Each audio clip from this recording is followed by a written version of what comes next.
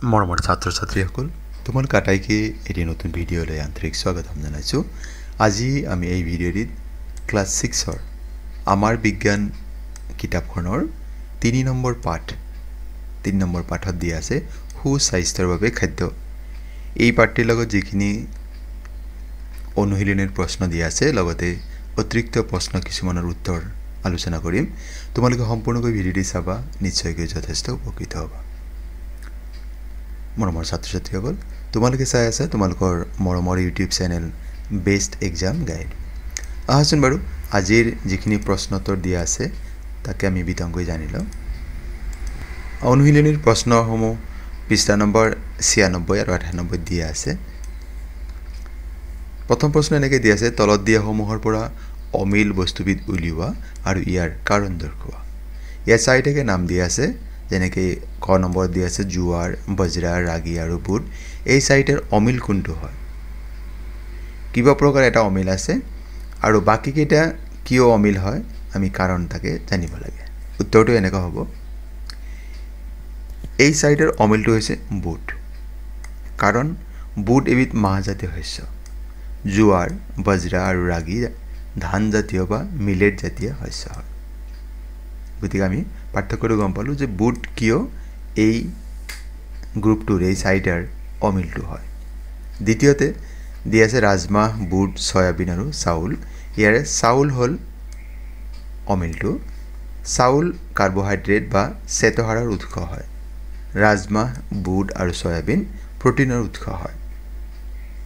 ৰাজমাহ, বুট আৰু চয়াবিনৰ পৰা প্ৰটিন পাওঁ আৰু চাউলৰ পৰা আমি কাৰ্বহাইড্ৰেট পাওঁ বা শ্বেতসাৰ পাওঁ। সেইবাবে চাউল ইয়াতে অমিল হৈ আছে। দ্বিতীয় প্ৰশ্ন, ভাৰতবৰ্ষৰ পুৰণি আৰু আধুনিক ৰন্ধন প্ৰণালী তুলনা কৰা। ভাৰতবৰ্ষৰ আগৰ যিটো ৰন্ধন প্ৰণালী আছে, মানে যিটো প্ৰকাৰে খাদ্য সিজাই খাইছে বা বৰ্তমান সময়ত যিটো ৰন্ধন প্ৰণালী হয় সেয়া আগতকৈ পৃথক হয়। কি ধৰণে পৃথক হয় আমি তাকে আলোচনা কৰিব লাগে। উত্তৰটি এনেকুৱা হ'ব, ভাৰতবৰ্ষৰ যিটো পুৰণি ৰন্ধন প্ৰণালী সেই সময়ত কি কৰা হৈছিল, ৰন্ধন কাৰ্যত মাটিৰ চৌকাত মাটি বা পিতলৰ পাত্ৰ ব্যৱহাৰ কৰা হৈছিল। এইটো পুৰণি ৰন্ধন পদ্ধতিত। আধুনিক ৰন্ধন পদ্ধতিত কি হৈছে, বৰ্তমান সময়ত গেছ ষ্টোভ, অভেন আৰু এয়াৰ ফ্ৰায়াৰ আদি ব্যৱহাৰ কৰা হয়। অন্য এটা পাৰ্থক্য আমি এনেকৈ ক'ব পাৰোঁ, খোৱা বস্তু বটিবলৈ শিল, পতা আৰু খুন্দিবলৈ উৰাল আৰু ঢেঁকী ব্যৱহাৰ কৰা হৈছিল আৰু বৰ্তমান সময়ত বৈদ্যুতিক গ্ৰাইণ্ডাৰ ব্যৱহাৰ কৰা হয়। গতিকে এই দুটা পাৰ্থক্য লিখিলে আমাৰ এই প্ৰশ্নৰ উত্তৰটি আমাৰ সম্পূৰ্ণ হ'ব। আৰু এই উত্তৰটি আমি ছবিৰ জৰিয়তে বুজিবৰ চেষ্টা কৰিছোঁ পৰৱৰ্তী শ্লাইডত। এনেকুৱা হয়, এইটো হৈছে চৌকা, মাটিৰ চৌকা। আগতে মানুহে ইয়াত বনাইছে মাটিৰ পাত্ৰত, চৌকাত খাদ্য বনাইছে পুৰণি যিটো ৰন্ধন প্ৰণালী মতে। বৰ্তমান সময়ত আমাৰ প্ৰায় বেছিভাগ মানুহৰ ঘৰতে গেছ ষ্টোভ আছে আৰু এনেকৈ অভেন বা এয়াৰ ফ্ৰায়াৰ দি আছে। আমি তাত কি কৰোঁ, ৰন্ধন প্ৰণালী সম্পূৰ্ণ হয়। অন্য এটা আছিল যে বটিবলৈ শিলপতা, এনেকৈ শিলপতা ব্যৱহাৰ কৰা হৈছিল। আজিকালি প্ৰায় বেছিভাগ ঘৰতে এনেকৈ শিলপতাৰ পৰিৱৰ্তে এনেকৈ গ্ৰাইণ্ডাৰ, মিক্সাৰ গ্ৰাইণ্ডাৰ এইবিলাকত বিভিন্ন কাম সম্পন্ন কৰা হয়। আজিকালি ঢেঁকীৰ কাম প্ৰায় নোহোৱা হৈ গৈছে বুলি ক'ব পাৰি। কিছু পৰিমাণ আছে, কিন্তু একেবাৰে ইয়াৰ ব্যৱহাৰ অতিকৈ কম হৈছে। গতিকে এই ছবি বাৰু আমাৰ পৰীক্ষাত নালাগে, আমি নিজে বুজিবৰ কাৰণে আচলতে এই ছবিখিনি ইয়াতে সংযোগ কৰি লৈছিলোঁ। পৰৱৰ্তী প্ৰশ্ন, সকলো সোৱাদযুক্ত খাদ্য পুষ্টিকৰ নহয় আৰু সকলো পুষ্টিকৰ খাদ্যই সোৱাদযুক্ত নহয়। যিখিনি সোৱাদযুক্ত খাদ্য সেইখিনি পুষ্টিকৰ, মানে আমাৰ দেহৰ কাৰণে উপকাৰী নহ'ব পাৰে। আকৌ যিখিনি পুষ্টিকৰ খাদ্য সেইবিলাক আমাৰ কি হ'ব পাৰে, সোৱাদযুক্ত নহ'ব পাৰে, সেইবিলাক টেষ্টি নহ'ব পাৰে। আমি তাকে আলোচনা কৰিব লাগে। আমি সদায় সুষম আহাৰ খাব লাগে। সুষম আহাৰ বুলিলে কি বুজায়, যিবোৰ আহাৰত সকলো অত্যাৱশ্যকীয় পৰিপোষক যেনে কাৰ্বহাইড্ৰেট, প্ৰটিন, স্নেহ পদাৰ্থ, ভিটামিন আৰু খনিজ লৱণৰ লগতে আঁহযুক্ত খাদ্য আৰু পানী সঠিক পৰিমাণত থাকে, তাকে সুষম আহাৰ বোলে। এনে সকলো খাদ্য সোৱাদযুক্ত নহয়। যিবিলাক সুষম আহাৰ, যিবিলাক আমাৰ দেহৰ কাৰণে উপযোগী, সেইবিলাক সোৱাদযুক্ত নহয়, টেষ্টি নহয়। কিন্তু কিছু সোৱাদযুক্ত খাদ্য এইবিলাক কিন্তু পুষ্টিকৰ নহয়, যেনেকৈ আলুৰ চিপ্স, খাই ভাল লাগে আমাৰ চকলেট চেনিযুক্ত পানীয় যিখিনি কোল্ড ড্ৰিংক আমি কওঁ বা অন্যান্য জাংক ফুড যেনেকৈ নুডলছ হ'ব পাৰে মেগী হ'ব পাৰে এইবিলাক আমাৰ কি নহয় সোৱাদযুক্ত হয় কিন্তু ই আমাৰ পুষ্টিকৰ নহয় কাৰণটো হ'ল কিয়নো এনে খাদ্যবোৰত ভিটামিন খনিজ লৱণ আৰু আঁহযুক্ত খাদ্য কম থাকে এই খাদ্যবোৰ বেছিকৈ খোৱাটো আমাৰ স্বাস্থ্যৰ কাৰণে ক্ষতিকাৰক হয় গতিকে নিশ্চয় আমি কথাখিনি বুজি পাইছোঁ যে যিখিনি সোৱাদযুক্ত হয় সেইবিলাক কি নহয় পুষ্টিকৰ নহয় আমাৰ দেহৰ কাৰণে উপকাৰী নহয় আমাৰ দেহৰ কাৰণে বৰ ভাল নহয় আকৌ যিখিনি পুষ্টিকৰ হয় সেইখিনি সোৱাদযুক্ত নহ'ব পাৰে সেইখিনি আমাৰ টেষ্টি আমাৰ অনুভৱ নহ'ব পাৰে গতিকে তোমালোকে নিশ্চয় উত্তৰটি বুজি পালা যে ইয়াতকৈ আমি বেলেগ ধৰণৰ লিখিব পাৰিম কিন্তু মূল কথাখিনি আছিল এইটো পৰৱৰ্তী প্ৰশ্ন তলত উল্লেখ কৰা তিনিবিধ খাদ্য সামগ্ৰীৰ তুমি কোনবিধ খাবা আৰু কিয় খাব ইচ্ছা কৰিবা ইয়াত দিয়া আছে বটলত থকা ফলৰ ৰস সতেজ ফলৰ ৰস আৰু সতেজ ফল ইয়াৰ উত্তৰ ওপৰত উল্লেখ কৰাবোৰৰ ভিতৰত সতেজ ফল খাম তাৰমানে 3 নম্বৰটো মই বাছি লওঁ কাৰণটো এয়ে কিয়নো স্থানীয়ভাৱে উৎপাদিত খাদ্য সামগ্ৰীৰ খাদ্য মাইল কম আমি উৎপাদন কেন্দ্ৰৰ পৰা অতি কম দূৰত্বৰ ভিতৰতে সেই খাদ্যসমূহ আমি লাভ কৰিব পাৰোঁ সেয়েহে খাদ্যবোৰ আমি কম খৰচতে খাব পাৰোঁ প্ৰকৃতিত প্ৰদূষণো কম হয় আৰু নিজৰ ঠাইতে বিক্ৰী হোৱাৰ বাবে স্থানীয় খেতিয়কেও সকাহ পায় এনে খাদ্য সামগ্ৰী সতেজ থকাৰ উপৰিও স্বাস্থ্যকৰ হয় যিবিলাক আমি বহুত দূৰৰ পৰা আমাৰ হাতত আহি পায়হি কাৰণ সেইখিনি ভালে ৰাখিবৰ কাৰণে তাত কি কৰা হয় বেলেগ বেলেগ ধৰণৰ ৰাসায়নিক দ্ৰব্য তাত মিহলোৱা হয় গতিকে সেই খাদ্যবিলাক আমাৰ স্বাস্থ্যৰ কাৰণে বৰ উপকাৰী নহয় কিন্তু স্থানীয়ভাৱে যিবিলাক আমাৰ ওচৰৰ পাজৰৰ উৎপাদন হয় সেই ফলমূল বা খাদ্য সামগ্ৰী আমি সতেজ পাওঁ কাৰণ সেইবিলাক বহুত দূৰৰ পৰা নাহে আৰু আমি পোনপটীয়াকৈ পাওঁ বাবে প্ৰথমতে দামো কম হয় লগতে ই কি হয় সেই সামগ্ৰীসমূহ সতেজ থাকে মানে ফ্ৰেছ থাকে পৰৱৰ্তী প্ৰশ্ন চেনি এবিধ শৰ্কৰাযুক্ত খাদ্য চেনিত আয়োডিন মিহলালে নীলা কলা বৰ্ণ নহয় ইয়াৰ সমৰ্থনত কাৰণ দেখুওৱা এই প্ৰশ্নৰ উত্তৰ এনেকৈ হ'ব ইয়াৰ কাৰণ এয়ে যে চেনিয়ে আয়োডিনৰ সৈতে বিক্ৰিয়া নকৰে আয়োডিনে কেৱল শ্বেতসাৰৰ সৈতে বিক্ৰিয়া কৰি নীলা কলা ৰঙৰ হয় সেয়েহে চেনিৰ বৰণ সলনি নহয় চেনি হৈছে শৰ্কৰাযুক্ত আৰু চেনি আৰু আয়োডিনৰ কি নহয় বিক্ৰিয়া নহয় সেয়েহে চেনিৰ বৰণ সলনি হয় বিক্ৰিয়া হ'লে তাৰ কি হ'ব বৰণ বা যিটো ৰং সেইটো সলনি হয় পৰৱৰ্তী প্ৰশ্ন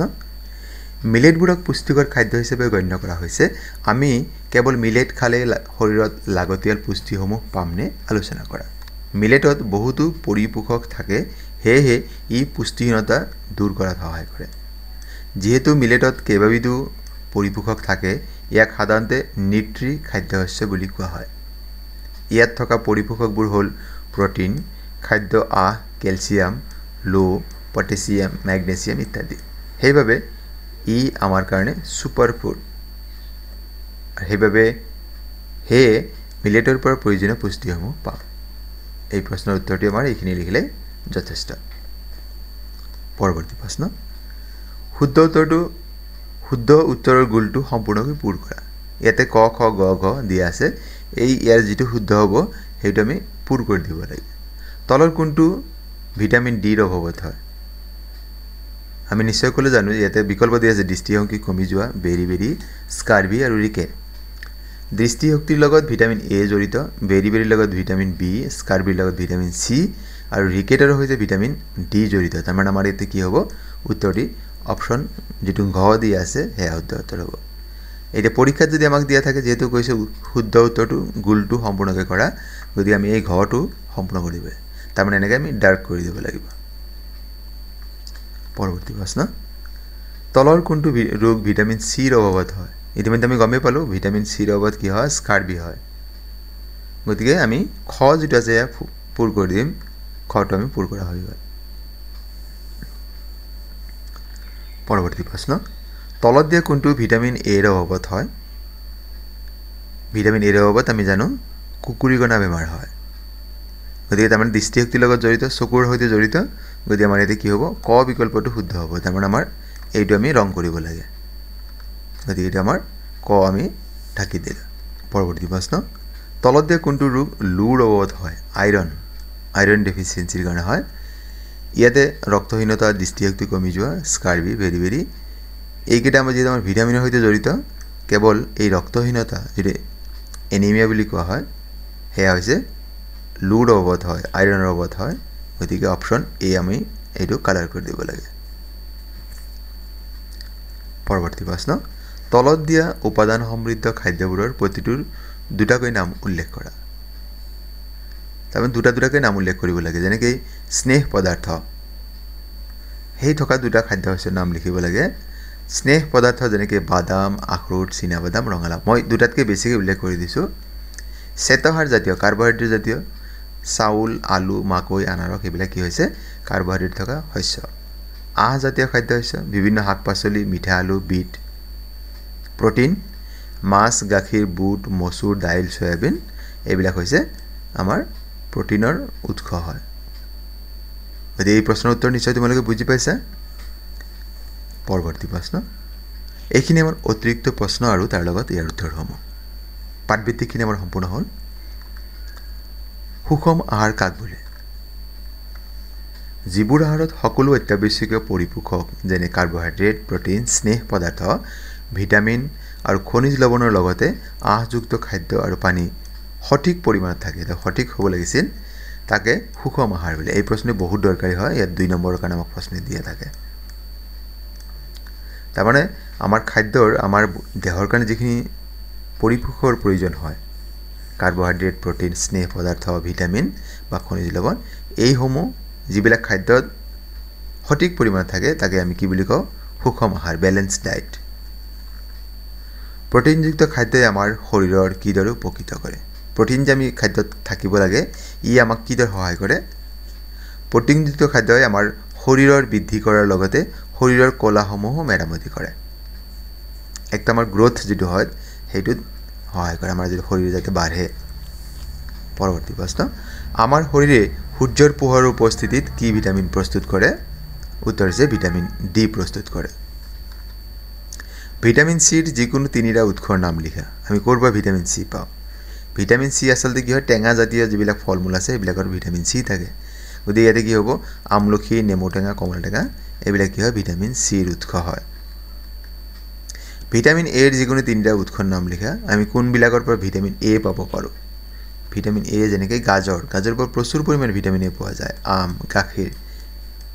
আমি ইতিমধ্যে গমে পাইছোঁ ভিটামিন এৰ অভাৱ হ'লে কি হ'ব কুকুৰিকণা বেমাৰ হয় চকুৰ আমাৰ যিটো চকুৰ বেমাৰ হ'ব পাৰে চকুৰ লগত জড়িত যিবিলাক সমস্যা আছে এইবিলাক আমাৰ ভিটামিন এৰ অভাৱত হয় প্ৰটিনক কিয় শৰীৰ বৰ্ধক খাদ্য বুলি কোৱা হয় আমাৰ শৰীৰৰ বৃদ্ধি আৰু বিকাশৰ বাবে প্ৰটিনৰ প্ৰয়োজন সেইবাবে প্ৰটিনক শৰীৰ বৰ্ধক খাদ্য বুলি কোৱা হয় শৰীৰ বৰ্ধক মানে যে বৃদ্ধি কৰাত সহায় কৰে কোনবিধ ভিটামিনৰ অভাৱত বেৰি বেমাৰ হয় এৰ উত্তৰটি হ'ব ভিটামিন বিৰ অভাৱত বেৰি বেমাৰ হয় কিহৰ অভাৱত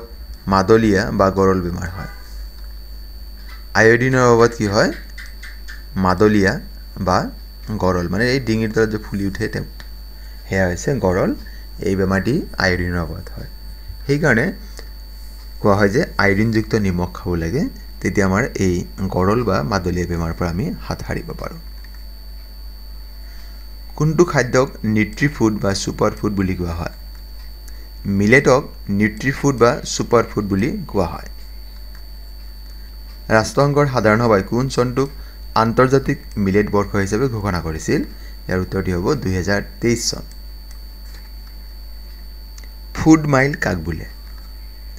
ধান বা অন্য শস্য পথাৰত ৰুৱাৰ পৰা গ্ৰাহকৰ খাদ্যৰ কাহিলৈ অতিক্ৰম কৰিবলগীয়া দূৰত্বক ফুড মাইল বোলা হয় মৰমৰ ছাত্ৰ-ছাত্ৰীসকল আজিৰ বিষয়বস্তু ইমানেই আজিৰ ভিডিঅ'ৰ বিষয়বস্তু আৰু ইয়াৰ উপস্থাপন তোমালোকে কেনে পালা কমেণ্ট কৰি জনাবা লগতে তোমালোকে পৰৱৰ্তী ভিডিঅ'টো কি বিষয়ৰ কোনটো পাঠ তোমালোকে বিচাৰিছা কমেণ্ট কৰি জনাবা তোমালোকৰ এইটো বিনম্ৰ অনুৰোধ যদি প্ৰথমবাৰৰ বাবে আমাৰ চেনেলটি চাই আছা আমাৰ চেনেলৰ বিষয়বস্তু ইয়াৰ উপস্থাপন তোমালোকে ভাল পাইছা চেনেলটি সাবস্ক্ৰাইব কৰিবলৈ আশা থাকিল আৰু ভিডিঅ'সমূহ লাইক কমেণ্ট আৰু শ্বেয়াৰ কৰিবা আৰু আজিৰ ভিডিঅ' সম্পূৰ্ণকৈ চোৱাৰ বাবে তোমালোকক জনাইছোঁ অশেষ অশেষ ধন্যবাদ।